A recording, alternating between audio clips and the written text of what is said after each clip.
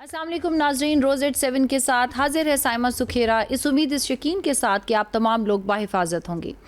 नाज़रीन, पाकिस्तान में नए सूबों का ख्वाब एक बार फिर सियासी बहस के मरकज़ में आ गया है। सवाल ये नहीं है कि मुल्क में सूबे कितने होने चाहिए, असल सवाल ये है कि क्या नए सूबे वाकई अवाम के मसाइल हल करेंगे या फिर ये भी पाकिस्तान की सियासत का एक ऐसा नारा बन जाएगा जिसे हर जमात अपने सियासी मफाद के मुताबिक इस्तेमाल करेगी।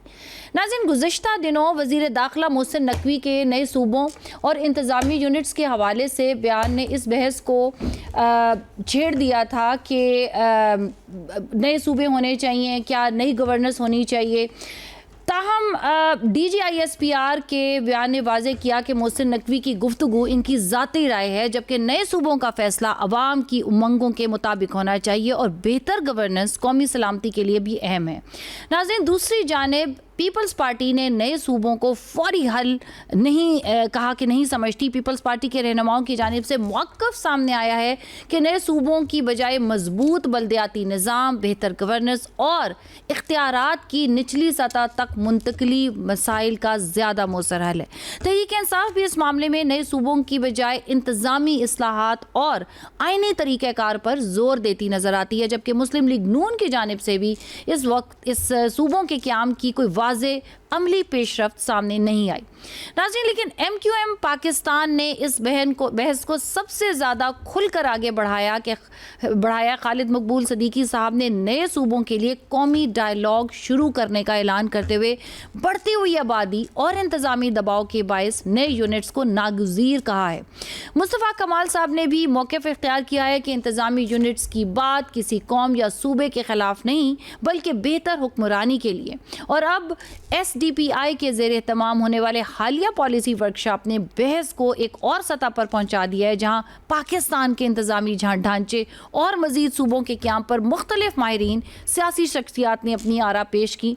तो फिर सवाल बहुत बड़ा है, क्या पाकिस्तान 4 बड़े सूबों के बोझ तले दब चुका है? क्या 9 सूबों का तसव्वुर इंतज़ामी इनकलाब बन सकता है या नए सूबों के नाम पर एक मरतबा फिर सियासी नक्शा बदलने की तैयारी हो रही है? क्या वसाइल, इख्तियारात और शनाख्त का मसला नए सूबों से हल होगा या असल ज़रूरत बाइख्तियार बल्दियाती निज़ाम है? और नाज़रीन, ये सिर्फ नक्शे पर लकीरें खींचने का मामला नहीं है, ये पाकिस्तान के सियासी, इंतज़ामी और वफाकी मुस्तकबिल का सवाल है, क्योंकि सूबे बनाना आसान नारा हो सकता है मगर नए सूबों को कामयाब, बाइख्तियार और काबिल अमल बनाना असल इम्तिहान होगा। नाज़रीन, इसी सिलसिले में हम जो है आज गुफ्तगू करेंगे। हमारे साथ मौजूद हैं उमर इसरार अहमद ख़ान साहब हैं और सैयद हफीज़ुद्दीन साहब हैं। MQM से हफीज़ुद्दीन साहब का ताल्लुक़ है और उमर इसरार अहमद ख़ान साहब जो हैं रहनुमा मुस्लिम लीग नून है। जी असरार साहब, सबसे पहले आपसे पूछते हैं, क्या पाकिस्तान में नए सूबे वाकई वक्त की ज़रूरत है या फिर ये किसी ये सियासी जमातों की नाकामियों से अवाम की तवज्जो हटाने का नया बयानिया है? जी, बहुत शुक्रिया आपका। देखिए, नए सूबों की बात जो है ये कोई नई नहीं है। इससे पहले भी एक डिमांड रही है, वो साउथ पंजाब की डिमांड रही है। उसके बाद एक बहावलपुर सूबे की भी डिमांड रही है इससे पहले। उसके बाद हज़ारा के जो लोग हैं KP में, उनकी एक डिमांड रही है। सिंध में जो है वो कराची के लोगों की एक डिमांड रही है कि हमें अलग सूबा वो दिया जाए। ये कोई नई बात नहीं है, मगर वक्तन फ़वक्तन मुख्तलिफ लोग ये बात करते हैं और हमें उनकी नीयत पे भी कोई शक नहीं है। जो भी लोग ये बात करते हैं, शायद वो इस मुल्क के मुफाद में, इस मुल्क का वो ये समझते होंगे अपनी राय में कि शायद यही बेहतर हल है इस मुल्क को चलाने का या यही बेहतर निज़ाम है। मगर ये मुल्क किसी कानून, ज़ाब्ते और आइन के मुताबिक चलता है और आइन में इसकी गुंजाइश मौजूद है। और हमें बार-बार ये बातें मुख्तलिफ प्रोग्राम्स में दोहराने की ज़रूरत भी नहीं है कि आइन के अंदर क्या है। तो अब तो ऑलमोस्ट हर बंदे को ही पता है कि एक सूबाई हुकूमत ने वहाँ से एक वो रेजोल्यूशन पास करनी है, उसके बाद फिर 2/3 मेजॉरिटी और वहाँ पे फिर ऊपर से अगर कोई नया इंतज़ामी यूनिट बनना है तो ये इसका हल है। ये ना किसी कॉन्फ्रेंस में, ना किसी प्रेस कॉन्फ्रेंस में, ना राह चलते हुए यूट्यूबर्स को बयान देने से ये सूबे ऐसे तो बनेंगे नहीं। अगर किसी की तजवीज़ है, नेक नीति पर मबनी है, उस पे सोचा जा सकता है, बैठा जा सकता है, मगर ये कंसेंसस से होगा। ऐसा नहीं हो सकता कि एक पार्टी जो इस कौमी धारे में हो, हुकूमत में भी हो या इत्तेहादी हो या उनकी किसी एक जगह हुकूमत हो या अपोजिशन में हो, वो किसी भी तरीके से सिस्टम का हिस्सा है, हम उन्हें बाईपास करके और उन पे ये मुसल्लत कर दें कि इतने इंतज़ामी यूनिट्स हमें चाहिए। तो ये एक सोच हो सकती है, मगर आइन में उसका तरीकाकार मौजूद है, और अगर उस तरीकाकार पे चलें और आज की जो आपकी सूबाई गवर्नमेंट्स हैं और नेशनल गवर्नमेंट है, अगर उसकी आप कंपोजिशन देखें फिर तो सबको ऑन बोर्ड लेना पड़ेगा। अकेले तो कोई जमात ये फैसला नहीं कर सकती, और ना ही जो लोग ये बातें कर रहे हैं वो अकेले ही फैसला कर सकते हैं। तो ये बैठेंगे, इसके ऊपर डिबेट होनी चाहिए। अगर मुल्क के मफाद में है तो हजारों सूबे बना दें, अगर मुल्क के मफाद में नहीं है तो एक भी नहीं बनेगा। सही सही। अच्छा, सैयद हफीजुद्दीन साहब, ये बताइएगा, MQM कह रही है कि आबादी बढ़ चुकी है, तो क्या आबादी के तनासुब को नए के हिसाब से अगर देखा जाए तो नए सूबे क्या नागुज़ीर हैं? और जो है मतलब सूबों की जो तश्कील का बुनियादी मियार है वो आबादी के तनासुब को होना चाहिए? बिस्मिल्लाहिर्रहमानिर्रहीम। देखिए, सिर्फ आबादी एक फैक्टर नहीं है। पहली बात तो मैं इस बात से हट के जो दोस्त ने, भाई ने ये बात की है, मैं इनकी तवज्जो दिलाना चाहता हूँ। आईन पाकिस्तान एक ऐसी दस्तावेज़ है जिस पे हम सब मुत्तफ़िक़ हैं और उसके अंदर एक तरीक़ेकार लिखा हुआ है। लेकिन ऐसा हुआ है कि वक्तन फ़ौक़तन अगर फ़र्ज़ कीजिए तरीक़ेकार हमारी ज़रूरियात के मुताबिक नहीं होता तो हम अमेंडमेंट्स करते रहें। आज 26-27 अमेंडमेंट्स हो चुकी हैं आइन, और मज़ीद भी हो सकती हैं। लेकिन सोचना ये चाहिए कि ये इस वक्त पाकिस्तान की तरक्की और उसकी खुशहाली के जो बुनियादी उसूल वज़ा किए जा रहे हैं, उसमें एक ज़रूरत महसूस होती है नए सूबों की, और उसके लिए लोग इसकी मुस्तकिल, अब मेरे भाई ने कहा कि मुस्तकिल वो बात करते रहे, कोई नई बात नहीं है। जब ये बात कोई नई नहीं है, लोग बात कर रहे हैं और इसके ऊपर कोई ना कोई तरीक़ेकार तय करना होगा। इसके लिए ज़रूरी है कि आइन के अंदर ज़रूरत हो तो उसको अमेंड किया जाए। इसके लिए ज़रूरी है कि लोग मिल बैठ कर इस मसले पे सोचें कि कैसे सूबे बनाए जाएं। अगर सूबे ना बनाए जाएं तो एडमिनिस्ट्रेटिव यूनिट्स बनाए जाएं। अदरवाइज हमें ज़रूरत है कि हम डिवॉल्व करें अपने पावर्स को। अगर पावर डिवॉल्व नहीं होंगे, अब आप सोच लें कि सिंध हुकूमत को इटसेल्फ इन 17 साल में 22,000 अरब रुपए तो NSC के जरिए से मिले। इसके अलावा इनकी रॉयल्टी अलग है, इसके अलावा प्रोविंशियल टैक्सेस अलग हैं। फिर उसके बाद आप आ जाइए सिंध की सूरत हाल को देखिए। सिंध कराची में तो कराची पे ना खर्च करने के बावजूद कराची इस काबिल है कि लोग यहाँ पे आते हैं और काम करने की कोशिश करते हैं पूरी। मैं तो इंडस्ट्रियल एरिया का MNA हूँ और इससे पहले MPA भी उसी एरिया से था। मैं आपको बताता हूँ, इतनी बुरी हालत है कि इसका तस्वुर नहीं किया जाता। इंडस्ट्री बंद है, बिजली नहीं है, पानी नहीं है, और हुकूमत सिंध मुझे लगता है सत्तू पी के सो रही है। तो सो रही है, बिल्कुल उसको फिक्र ही नहीं है इस बात की कि यहाँ की रोडें कैसी हैं, यहाँ पे क्या होना चाहिए प्रमोशन के लिए। अच्छा, ये रहा कराची तो बेचारे लोग आ जाते हैं मजदूरी करने, मेहनत करने। आप चले जाए अंदरूने सिंध, वहां बताओ कौन सा इंडस्ट्रियल एरिया है, वहां बताओ कौन सा तुमने काम किया है डेवलपमेंट का, वहां बताओ तुम क्या चाहते। अब आप उठा लें इस बात को कि आप इस चीज को देखें कि चीफ मिनिस्टर बैठा हुआ है जिसके पास तमाम इख्तियारात और फंड है, वो कराची में। और अब इवन आप बताइए जामशोरों का क्या हाल है। आप बताइए, जामशोरों से ये खुद इलेक्ट होकर आए हुए हैं हमारे चीफ मिनिस्टर साहब। और इसके बाद आप चले जाएं सिंध के अंदर दूर दराज इलाकों के अंदर, कश्मीर में चले जाएं, आप शिकारपुर में चले जाएं, आप इवन लाड़काना में चले जाएं, आप जो हालत देखेंगे वहां पे क्या है डेवलपमेंट, सारे के सारे फंड्स पता नहीं कहां जा रहे हैं। ऐसी सूरत इस बात है कि इस निजाम को किसी ना किस तरीके से दो बातों पे मेरिट बनती है। एक तो यह है कि दो खानदान है यहाँ पे, उन्हीं के पास अक्सरियत आ जाती है, एक की पंजाब के पास आ जाती है, एक की सिंध के पास आ जाती है, और वो जिस अंदाज में चाहते हैं इस मुल्क के इन दो बड़े सूबों को चला रहे हैं। मैं समझता हूं इस बात की बड़ी अशद जरूरत है।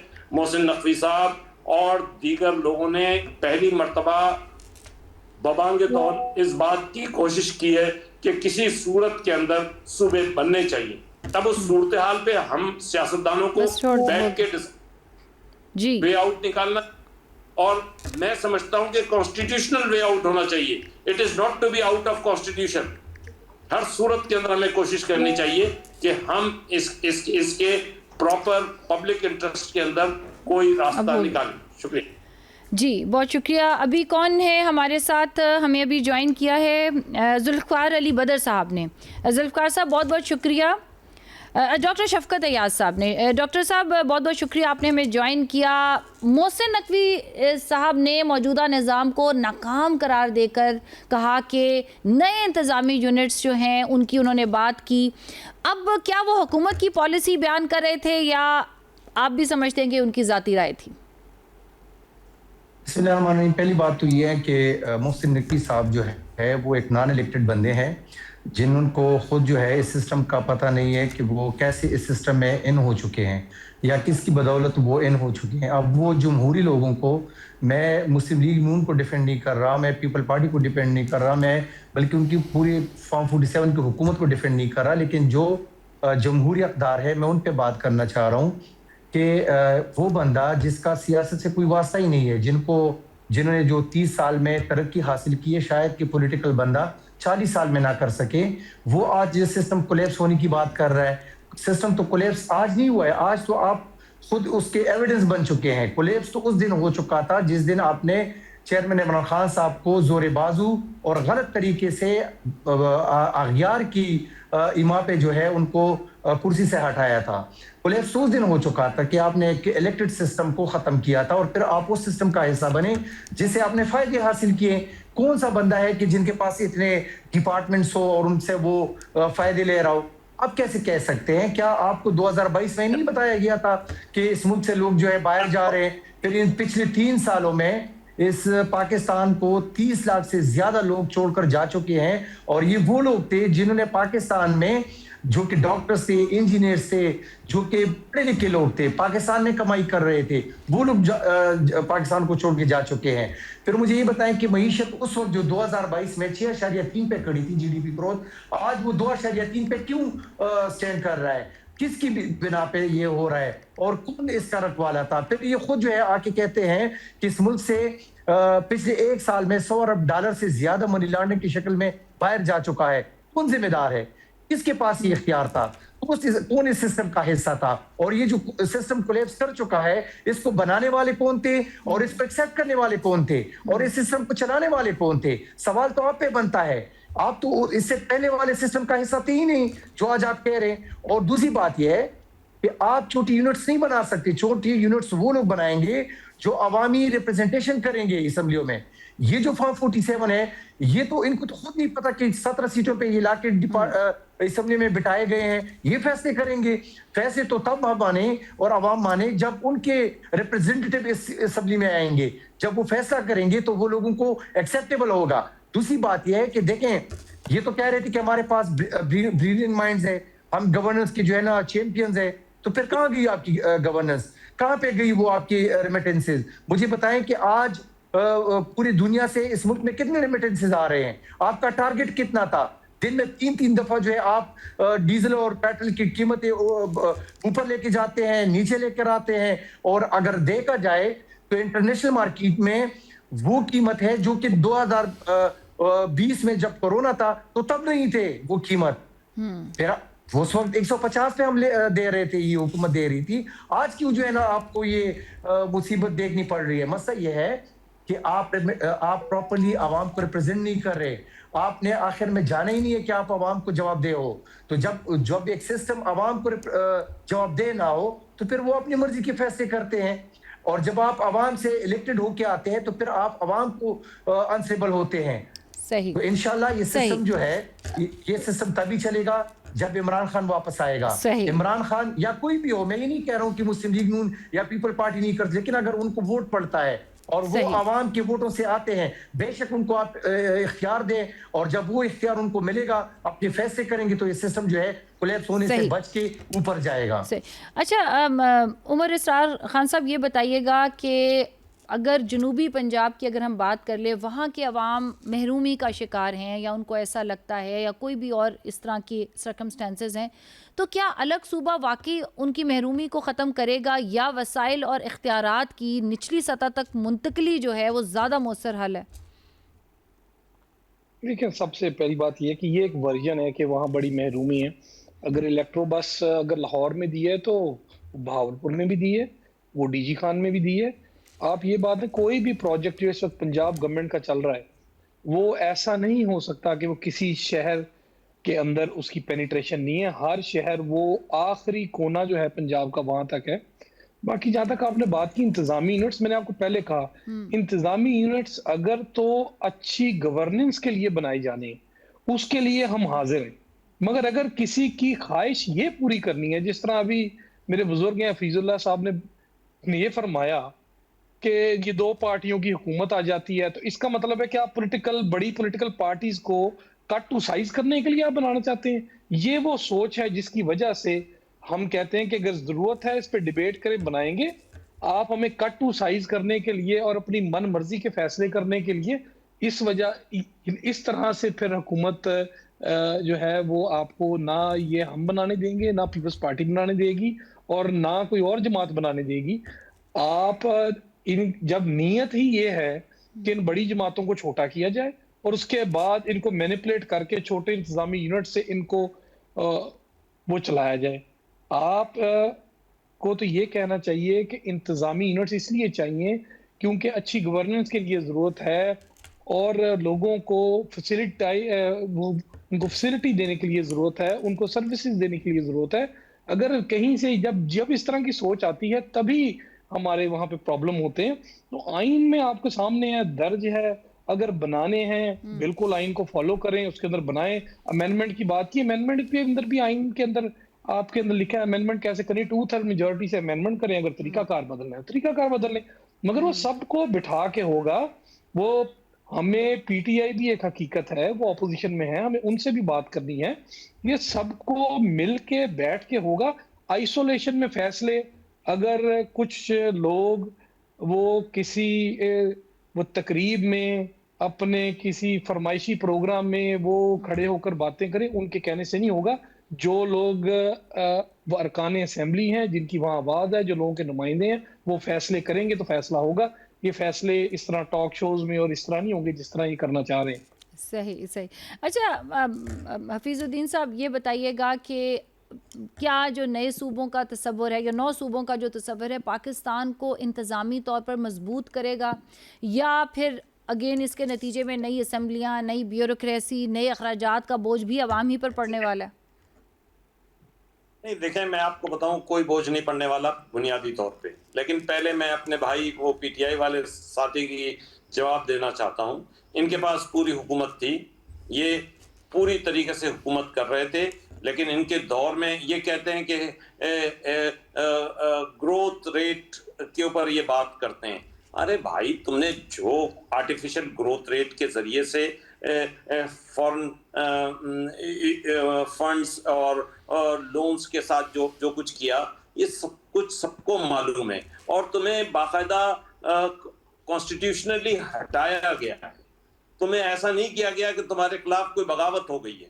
लेकिन सेकेंडरी बात ये कि फॉर्म 47 ये चीखते रहते हैं। फॉर्म 47 है क्या? असल इशू तो फॉर्म 45 है। फॉर्म 45 की तरफ जाओ। तुम कैसे 2018 में कैसे इलेक्ट हो गए थे भाई? ये सोचो। मैं ज्यादा तनकीद नहीं करना चाहता, लेकिन असल बात पाकिस्तानी अवाम के वोटों से इलेक्ट हो गए थे। जी, जमहूरी सिस्टम को जो सबसे ज्यादा पहुंचा वो पहुंचा इमरान खान की अपनी तरीक़ेकार की वजह से। वरना तो जमहूरी सिस्टम और बेहतर तौर पे चल रहा होता, आज भी चल रहा है। और ये कहते हैं मोहसिन नकवी साहब, मोहसिन नकवी इलेक्टेड सेनेटर हैं, उनको हक पहुंचता है वो बात करें, वो ऐवान में भी बात करें, ऐवान से बाहर भी बात करें। तीसरी बात से इलेक्टेड है कि ये चाहते हैं, हम पार्टीज को कट टू साइज नहीं करना चाहते हैं।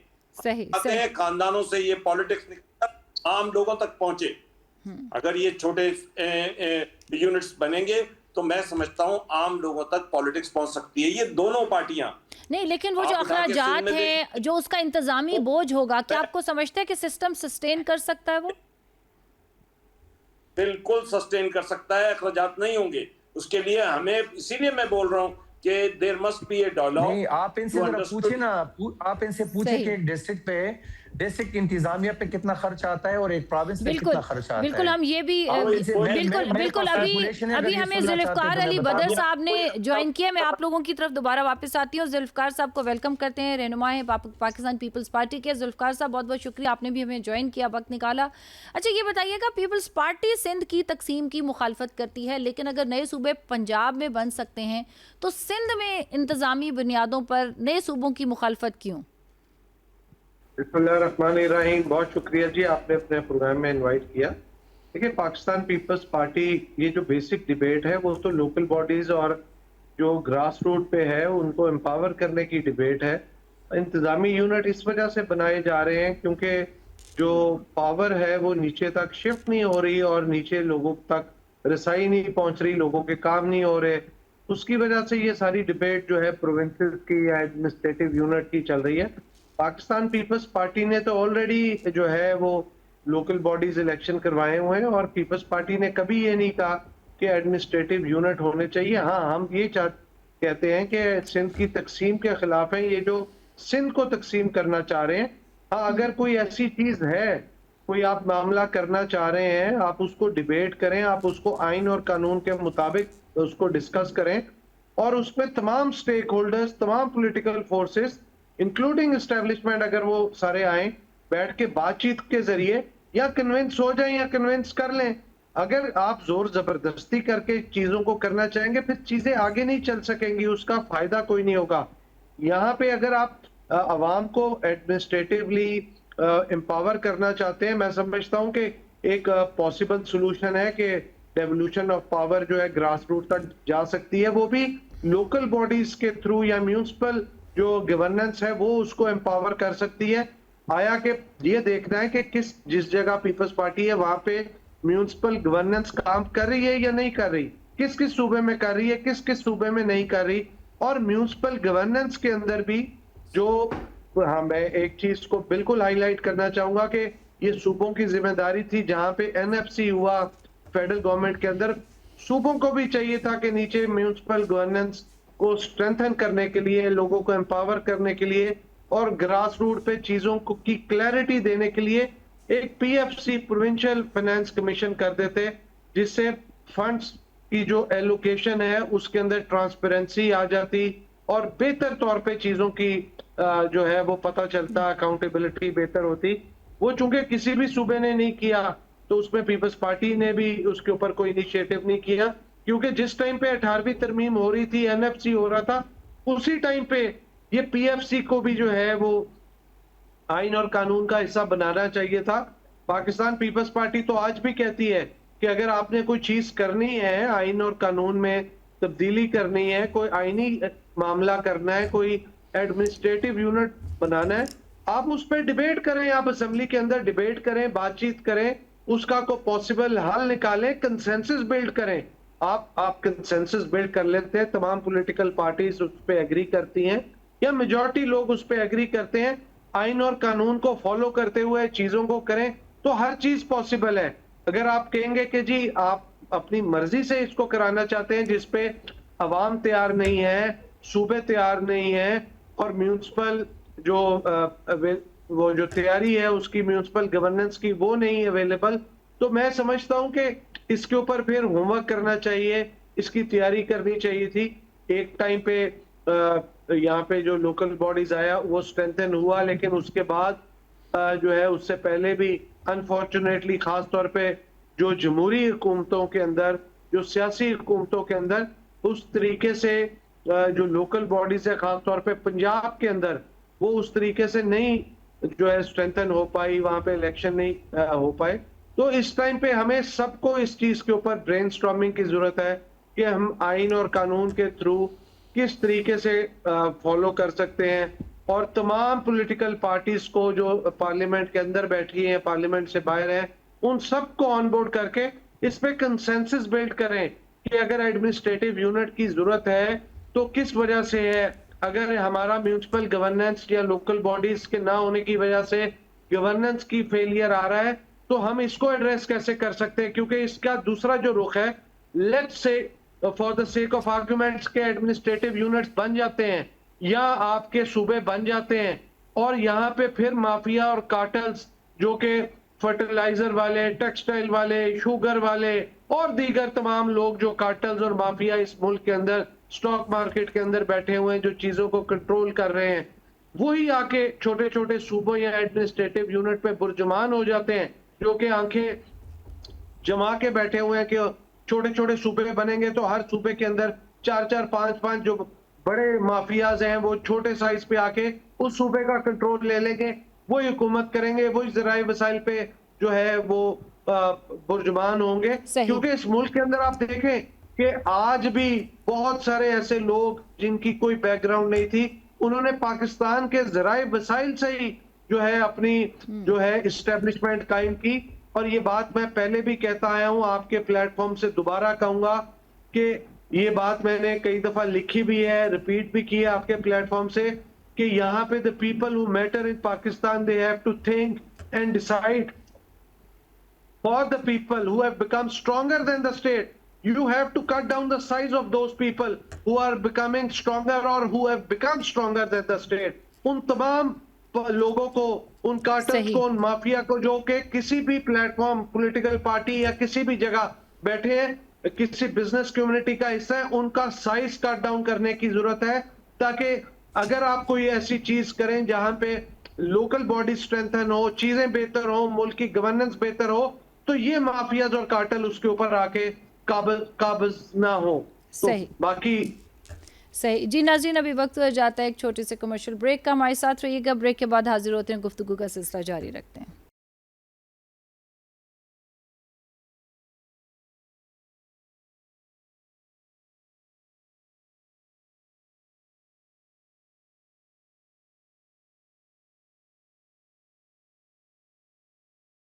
वेलकम बैक नाजरीन। बात हो रही है आज नए सूबों की, जो नई बहस छिड़ चुकी है उसकी, कि क्या सूबे होने चाहिए, नहीं होने चाहिए, और अगर ये होंगे तो क्या इसका जो है लायामल होगा। मुझे ये बताइएगा, डॉक्टर शफकत अयाज साहब आपकी तरफ चलते हैं, ये बताइएगा कि पीपल्स पार्टी जो है, पाकिस्तान तहरीक इंसाफ जो है, वो कहती है कि नए सूबे होने चाहिए, हो सकते हैं। क्या इसके ऊपर जो है कोई फार्मूला है या कोई प्रोसेस फ्लो, कोई स्ट्रैटेजी है पीपल्स पाकिस्तान तहरीक इंसाफ के पास? देखिए, पहली बात तो ये है कि इससे कोई इनकार नहीं कर सकता कि पाकिस्तान में नए सूबे बने, लेकिन अगर आप उसका पहले ये रिसर्च करें कि वजूहात क्या है, उससे फायदा किसको होना है। अगर आप अवाम के लिए कोई फायदा ढूंढ रहे हैं तो आप अपने जहन में ये रखें कि 143 बिलियन पर डिस्ट्रिक्ट आपको चाहिए।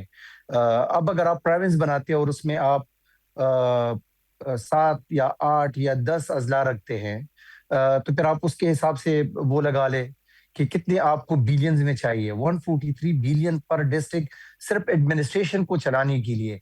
क्या पाकिस्तान के पास इतने पैसे हैं कि वो ये दे सके? और दूसरी बात ये है कि आपको नए डीसी चाहिए होंगे, चीफ मिनिस्टर चाहिए होगा, सीएस चाहिए होगा, फिर आप नीचे जाए ब्यूरोक्रेसी में आपको जो है सैकड़ों लोग चाहिए होंगे। आपके पास इतने पैसे हैं कि फिर ये आप दे सके? दूसरी बात ये है कि क्या इस वक्त की जो हुकूमत है और या मोहसिन नकवी साहब जिस सिस्टम का हिस्सा है, क्या ये इख्तियार उनके पास है कि वो इस तरह का फैसला करे? उनके पास तो पहली बात यह कि इख्तियार ही नहीं है। वो ये बात कैसे कर सकते हैं? आपके पास जब अवामी मैंडेट नहीं है, आप अवामी रिप्रेजेंटेटिव नहीं है, फिर आप ऐसी बात कैसे कर सकते हैं? अगर आप रेफरेंडम की बात करते हैं तो फिर आप उस तरह का सिस्टम लेकर आए जो अवाम से इलेक्टेड हो के लोग आते हैं। अभी मेरे भाई ने बात की और उनकी उम्र इतनी ज्यादा है कि शायद इतनी हमारी वो उम्र ना हो जितनी इनकी एक्सपीरियंस हो, लेकिन शायद वो एक्सपीरियंस इनकी गलत हो चुकी है। वो पाकिस्तान के काम तो आ नहीं रही। ये कह रहे कि इनने पीटीआई पे बात की कि उस वक्त ये था और आपने आर्टिफिशियली जो है ना ये चीजें इस तरह रखी थी, तो क्या हम पेट्रोल जो 150 रुपए फी लीटर दे रहे थे तो वो आर्टिफिशियली हम दे रहे थे? क्या आप अपनी गाड़ी में 150 का पेट्रोल और डीजल नहीं डाल रहे थे? क्या आपकी जगह 200 रुपए एक्स्ट्रा कोई और बंदा दे रहा था? अगर पाकिस्तानी हुकूमत उस वक्त आपको ये सारी चीज सस्ती दे रही थी तो इसका मतलब है कि उस वक्त अवाम खुश थी और वो चाहते थे कि इस तरह की गवर्नेंस हो। आज अगर आप देख ले तो फी बैरल जो है आपको कितने का मिल रहा है डॉलर में? तकरीबन कोई 87 का मिल रहा है और उस वक्त आपको 120 का मिल रहा था। तो आज आप देख ले कि कितने का आप ले रहे हैं। तो देखें सिस्टम तो कोलैप्स कर चुका है क्योंकि इलेक्टेड लोग नहीं है, अवाम के रिप्रेजेंटेटिव्स यहाँ पे नहीं है। जब अवाम से डायरेक्ट लोग इलेक्ट होकर यहाँ पे आएंगे, 17 सीटों की हुकूमत नहीं होगी, तो फिर आप देखेंगे कि अवाम के जो फैसले होंगे वो असम्बलियों में भी होंगे और वो कैबिनेट में भी होंगे और वो फिर अवाम के मुफाद के लिए होंगे, ना कि अपने मुफाद के लिए हो। आज तो मुस्लिम लीग जैसे लोग जो है 6 डिपार्टमेंट्स में बैठे हुए उनसे मजे ले रहे हैं, कोई उनसे पूछने वाला नहीं है, कोई उनसे ये पूछने वाला नहीं कि आपने स्टेटमेंट दिए तो इसका जरा हमें बताएं भी कि आपने किसकी इजाजत से ये बात की है। आप दो पार्टियों के रिप्रेजेंटेटिव यहाँ पे बैठे हुए, इनसे पूछे क्या आपसे इजाजत लेके उन्होंने ये बात की थी। और बदकिस्मती हमारी है कि मुस्लिम लीग नून उस वक्त राना सनाउल्लाह साहब जब उनको जवाब दे रहे थे तो उनको लीडर ने कहा कि नहीं आपने जवाब नहीं देना क्योंकि सिस्टम फिर उससे भी ज्यादा कोलैप्स हो जाना था। सही। अच्छा हफीजुद्दीन साहब, आपसे वही है कि क्या जैसे कि पीपल्स पार्टी का कहना है, जुल्फ़कार अली बदर साहब जो हैं वो हफीजुद्दीन साहब हमारे साथ मौजूद हैं?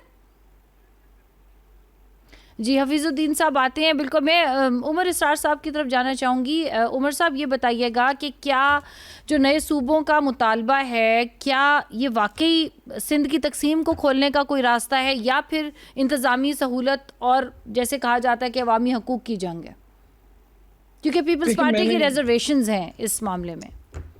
नहीं देखें, बात करने वालों ने बात की है, वो समझते हैं कि इस मुल्क का जो हल है, अगर इस मुल्क के गरीब आदमी की जो निजात है वो सिर्फ नए इंतजामी यूनिट्स और नए सूबों में छुपी हुई है, तो ये हम मान लेते हैं कि उनकी ये बात नेक नीति पर मबनी होगी, अवाम के दर्द में उन्होंने ये बात की होगी, मगर बात इतनी सिंपल नहीं है जिस तरह मैंने आपने पहले वो बात की। मुझे ये महसूस हो रहा है, ये मेरी जाती राय है कि शायद बड़ी जमातों को फिक्स करने का एक मंसूबा है, उनको कट टू साइज करने का एक मंसूबा है कि ये चंद शहरों की हद तक वहां पे रहें और उसके बाद फिर जो दिल किए उस तरह किया जाए, और चंद ऐसी गैर मकबूल जमातों को वहां फिक्स करने की कोशिश की जा रही है कि वो फिर तो बहरहाल। उमर साहब ये बताइएगा, उमर साहब क्लियरली, वेरी क्लियरली, अगर मुस्लिम लीग नून नए सूबों के हक में नहीं है तो क्या वो ये ज़मानत दे सकती है कि जो मौजूदा सूबाई निज़ाम के अंदर रहते हुए अवाम को बेहतर गवर्नेंस, वसाइल और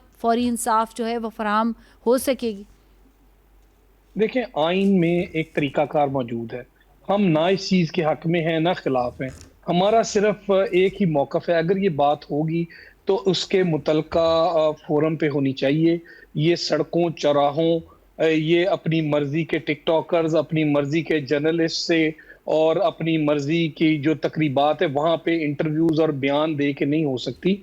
ये जहाँ पे जो मुतलका लोग हैं वो ये बात करें, वही वहाँ अगर ज़रूरत है, हम पाकिस्तान के हक में हैं, अगर पाकिस्तान को इस चीज़ की ज़रूरत है, बेहतर निज़ाम है, चल सकता है तो ज़रूर क्यों नहीं।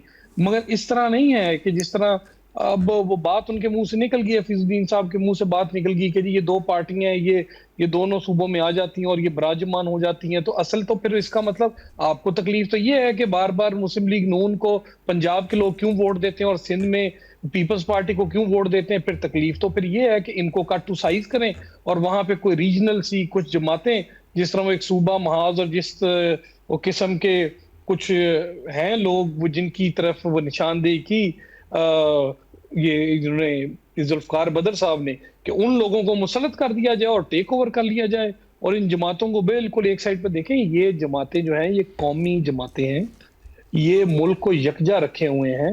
मुल्क पहले ही जुबान में, फिरकों में और कौमों में हम पहले ही बटे हुए हैं, इसको और बांटना चाहते हैं आप। ये मैं तो ये समझता हूँ कि अगर जरूरत है तो उसको लॉजिकली हमें समझा लें, वहां बैठ जाएं, हमें समझा लें, या हमसे समझ जाएं या हमें समझा लें। ये इस तरह सड़कों चौराहों पर हमें बाय फोर्स जो है वो अल्हम्दुलिल्लाह मुस्लिम लीग नून हो, वो पीपल्स पार्टी हो, बाय फोर्स हमने पहले भी हमने कभी कोई काम नहीं किया, ना आगे बाय फोर्स करेंगे, हम रेजिस्ट करेंगे। और ये सही। हुकूमत का और जो लोग यहाँ पे ऐवान में बैठे हैं, उनका ये इस्तेहकाक है, वो अपना इस्तेहकाक इस्तेमाल करेंगे और अवाम की उमंगों के, और अगर अवामी सहूलत उसके अंदर है तो फिर करेंगे, ये फरमाइशी प्रोग्राम पे नहीं करेंगे। सही। अच्छा, जुल्फ़िकार अली भुट्टो साहब, ये बताइएगा कि क्या पाकिस्तान में जो असल मसला है वो सूबों की तादाद है, या फिर हकीकत ये है कि आइन के आर्टिकल 140A के तहत जो बल्दियाती इदारों को हकीकी इख्तियारात हैं वो आज तक पूरी तरह मुंतकिल नहीं किए गए? देखिए, पाकिस्तान का जो असल मसला है ना, वो है गवर्नेंस का। अगर उनको आपकी निकाल गवर्नेंस ठीक हो, आपका लोगों तक जो परफॉर्मेंस है, डिलीवरी है, उनके मसाइल का हल हो रहा हो ग्रास रूट पे, तो फिर ये क्वेश्चन जो है आप पूछ रही हैं कि लोकल बॉडीज है, अगर लोकल बॉडीज के बगैर भी ये मसले हल हो रहे होते लोगों के, तो लोकल बॉडीज को किसी ने पूछना भी नहीं था। अगर लोकल बॉडीज के बगैर भी मसले हल नहीं हो रहे और लोकल बॉडीज के साथ भी मसले नहीं हल हो रहे, तो इसका मतलब है कि लोकल बॉडीज इशू नहीं है, मसला गवर्नेंस का है। और आपने गवर्नेंस के अंदर चीजों को पहले से डिफाइन किया हुआ है, डिवीजन के अंदर, डिस्ट्रिक्ट के अंदर, तहसीलों के अंदर, जोन्स के अंदर, यूनियन काउंसिल्स के अंदर। तो आप जाके उस गवर्नेंस के स्ट्रक्चर को बेहतर करें, रीडिफाइन करें, रीस्ट्रक्चर करें, उसके ऊपर देखें कि इश्यूज कहाँ पे है और वो इश्यूज को किसने डिफाइन करना है। ब्यूरोक्रेसी ने, ब्यूरोक्रेसी क्यों नहीं मसले हल कर रही? यहाँ पे हर बंदा उठता है, आता है कि जी जुडिशरी का प्रॉब्लम है, जुडिशरी ये नहीं करती, जुडिशरी वो नहीं करती। जुडिशरी में बहुत सारे मसाइल होंगे, जुडिशरी बहुत सारे प्रॉब्लम्स को क्रिएट करती होगी, उनकी वजह से मसले होते होंगे, लेकिन जुडिशरी में तो मसले वो जाते हैं जब आपके पुलिस या एडमिनिस्ट्रेशन आपके मसले को हल ना करे, तो वो लोग सारे उठ के अपने केसेस को जाके जुडिशरी में लेके जाते हैं। और यहाँ पे आपका फिर गवर्नेंस का इशू है, आपकी डिलीवरी नहीं है, आपको इंसाफ नहीं दिया जाता, मेरिट पे फैसले नहीं किए जाते। वो कोर्ट्स ने बाद में करना है, जजेस ने बाद में करना है, पहले किसने करना है? डायरेक्ट जिसकी सुपरविजन है, डायरेक्ट जिसकी ज्यूरिसडिक्शन है, वो इंतजामिया है, एडमिनिस्ट्रेशन है। वो गवर्नेंस की पावर्स, इख्तियार जो है एग्जीक्यूटिव के पास है। यहाँ पे एग्जीक्यूटिव का क्वेश्चन आ जाता है, अकाउंटेबिलिटी का क्वेश्चन आ जाता है, ट्रांसपेरेंसी का क्वेश्चन आ जाता है। यहाँ पे हम लोग नहीं डिलीवर कर पा रहे, पॉलिटिकल पार्टीज डिलीवर नहीं कर पा रही, क्योंकि पॉलिटिकल जो लोग हैं वो इलेक्ट होके आते हैं, असेंबलियों में आते हैं।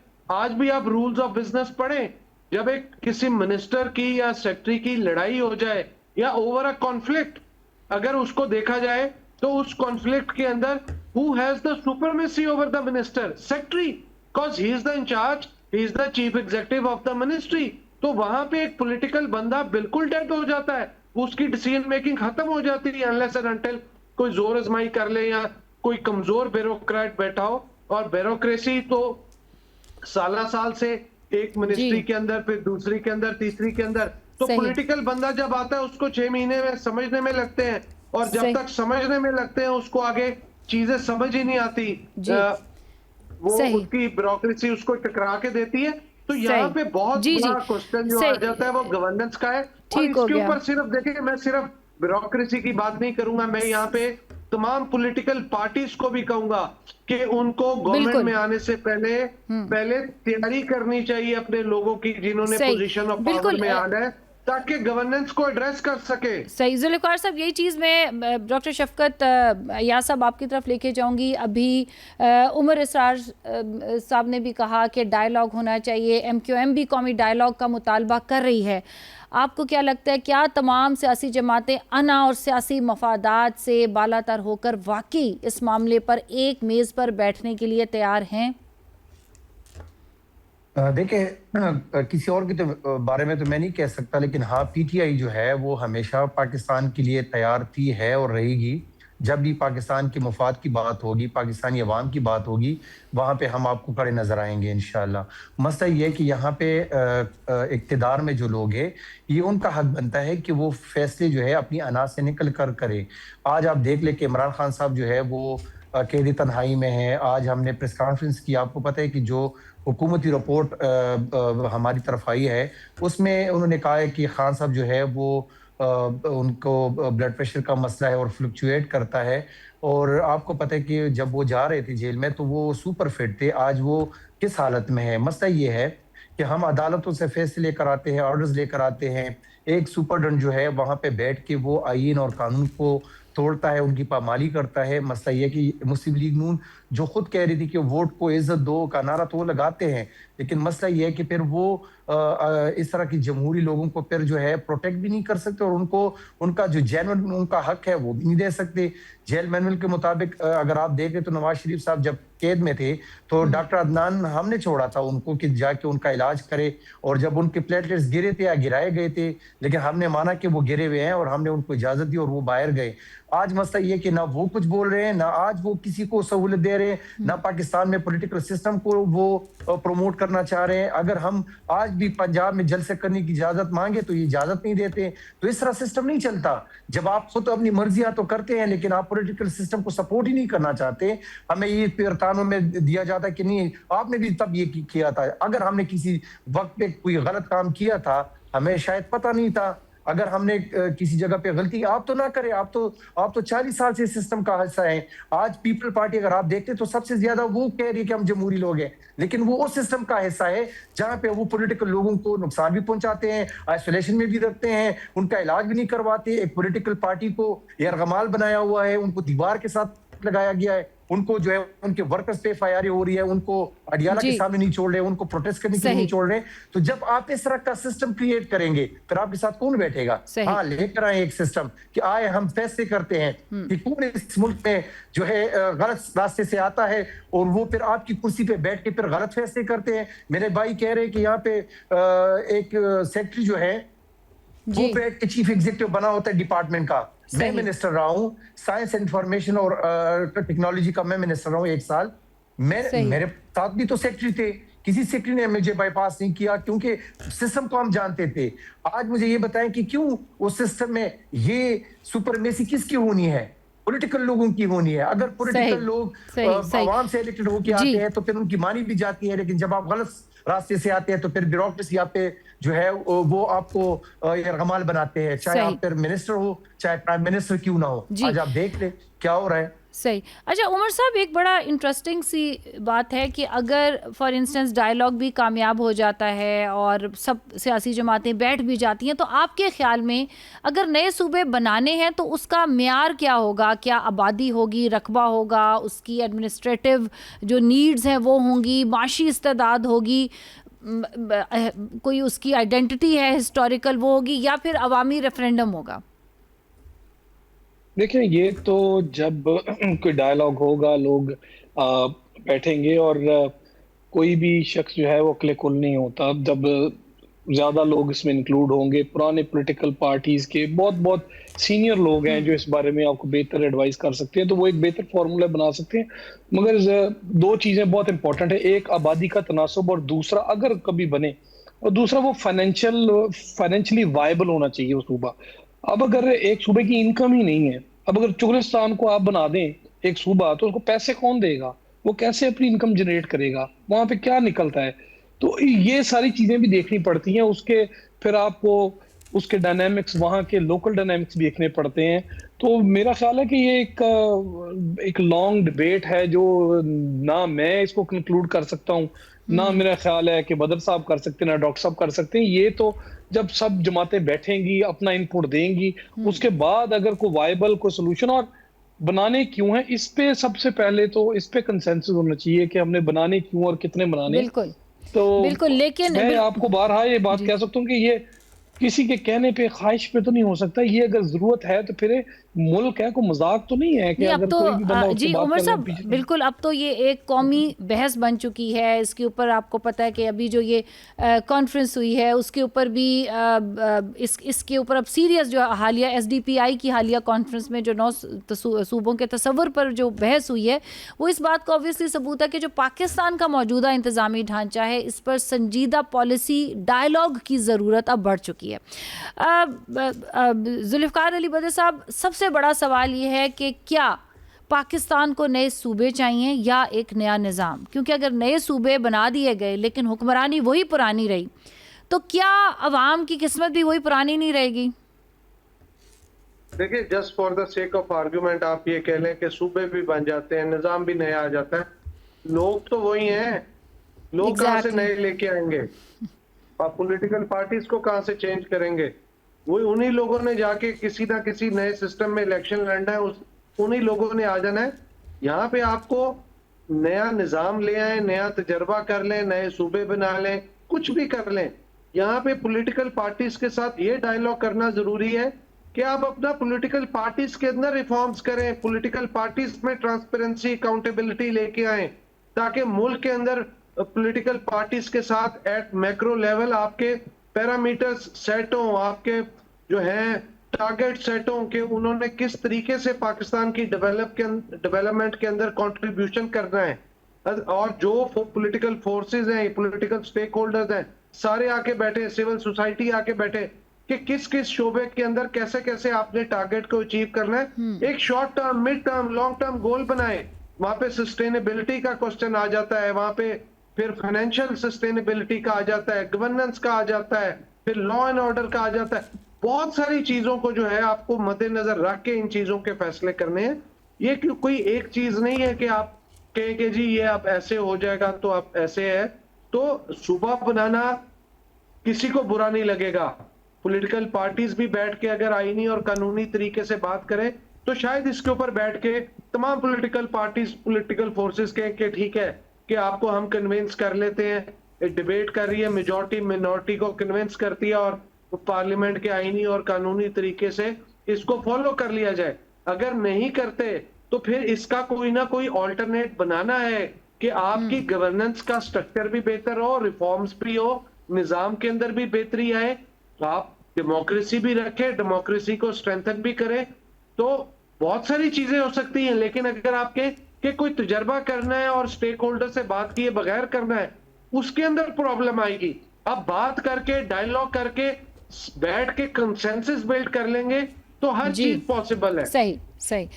बस हम बिल्कुल प्रोग्राम में इसमें- हमारे पास इसमें- वक्त खत्म हो इसमें एक बात- जी जी कहिए। इस एक जी बात बस, हाँ। ये बहुत जरूरी है। देखें, मुझे ये बताया जाए कि जिस तरह आज मोहसिन नकवी साहब कह रहे हैं कि सिस्टम कोलैप्स कर चुका है, कल को इसकी क्या इशूटी ये देंगे हमें कि जो आज ये करने लगे हैं जी, वक्त बिल्कुल महदूद है शफ़क़त साहब। जी, कोई पॉलिटिकल लोगों को एतमाद में लिए बगैर अगर ये कुछ फैसला कर भी लेते हैं, कल इसका कौन जिम्मेदार होगा कि ये जो आज ये फैसला करने जा रहे हैं, अगर ये भी कोलैप्स कर गया फिर कौन जिम्मेदार होगा? सही सही। या एक बंदे के पास ये इख्तियार है कि वो फैसले करें? पॉलिटिकल लोगों का ये काम है। अगर हम किसी जगह पे पॉलिटिकल लोग अपनी वो नहीं कर सकते तो पॉलिटिक्स में और पॉलिटिकल लोगों के जो काम है उसमें मुदाखलत करें, क्यों कर रहे हैं? फिर वो सिस्टम अगर कोलैप्स हो जाता है फिर कौन जिम्मेदार होगा? फिर किस पे हम उंगली उठाएंगे? बिल्कुल। जी उमर साहब, एनी क्लोजिंग रिमार्क्स, आप कुछ जाते जाते कुछ कहना चाहेंगे इसके ऊपर? जी मेरी तो यही गुजारिशात हैं कि अगर तो सूबा बनाना है, हम सबको मिलके बैठना होगा और ये कंसेंसस के साथ होना चाहिए, फरमाइशी प्रोग्राम नहीं होना चाहिए, और अगर इसकी ज़रूरत है तो बिल्कुल बने।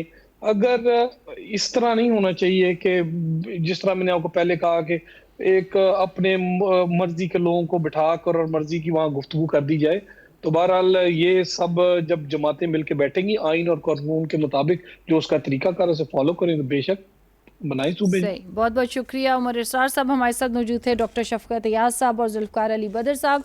जी नाज़रीन, इसके साथ ही प्रोग्राम का वक्त ख़त्म हुआ चाहता है। साइमा सुखेरा को इजाज़त दीजिए, आपसे मुलाकात होगी कल। इस वक्त बशर्ते ज़िंदगी, अल्लाह हाफ़िज़।